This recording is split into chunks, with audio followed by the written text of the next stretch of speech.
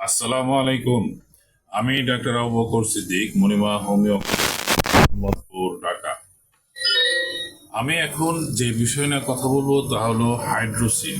Hydrocele কি এবং এই রোগটি কেন হয়, এই রোগের লক্ষণ কি বা এই রোগের চিকিৎসা কি? টিউনিকা ভেজাইনালিস নামক অন্ডকোষের আবরণে সেরাম ফ্লুইড জমার ফলে অন্ডকোষ ফুলে বড় দেখায়। তখন সেই অবস্থাকে একশিরা বা হাইড্রোসিল বলে। কি এই হাইড্রোসিল রোগটি হয়? যখন অন্ডকোষে সামান্য আঘাত থেকে বা কোনো রকম ইনফেকশন থেকে হাইড্রোসিল হলে তাকে প্রাইমারি হাইড্রোসিল বলে। যখন ফাইলেরিয়া ওষুধ থেকে এপিডিডাইমোপারকাইটিস হয়ে অন্ডকোষ ফুলে বড় হলে তাকে সেকেন্ডারি হাইড্রোসিল বলে। এই রোগের আসলে কি লক্ষণ প্রকাশ পায়? আঘাত লাগার পর ক্রমশ ফুলে বড় হয়। অন্ডকোষের ফোলাটা সিস্টিক ধরনের, ফলভর্তি মতো লাগে। বেশি জল জমলে অনেক সময় শক্ত বোধ হয়। অন্ডকোষের বড় হলে সাধারণভাবে এই ফোলায় কোনো ব্যথা থাকে না।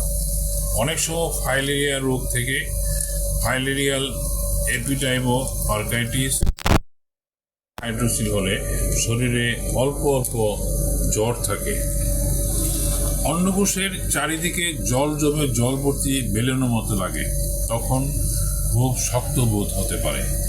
অন্ডকোষের খোলা অংশের একদিকে টর্চ লাগিয়ে আলো ফেললে উল্টা দিকে টর্চের আলো লাল আবার দেখা যায়। কাশির সময় ফোলার কোনো বৃদ্ধি ঘটে না।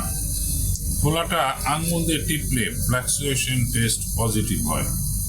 এই রোগ হলে সাধারণত কি কি ওষুধ দেওয়া যেতে পারে সেটা একটু আইডিয়া দিচ্ছি। যেমন হাইড্রোসিলের অনেকগুলি লক্ষণ থাকে, সেই লক্ষণ অনুসারে ওষুধ প্রয়োগ করতে হয়।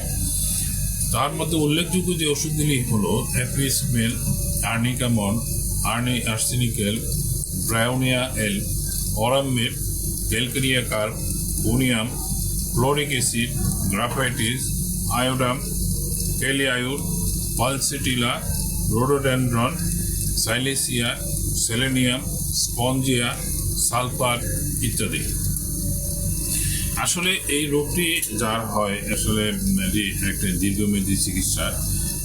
এটি ধৈর্য ধরে ওষুধ খেতে হবে এবং একজন অভিজ্ঞ ডাক্তারের পরামর্শে ওষুধ খাওয়া উচিত। এখানে এই ভিডিওতে যে ওষুধগুলি উল্লেখ করলাম এটি দেখেই বাজার থেকে কিনে খাওয়া ঠিক না, কারণ একজন অভিজ্ঞ ডাক্তার তার লক্ষণের সাথে ঠিক কোন ওষুধটা দেওয়া যেতে পারে সেটা উনি নির্ধারণ করবেন। আপনার সুস্থতা কামনা করে এখানে শেষ করছি। আল্লাহ হাফিজ।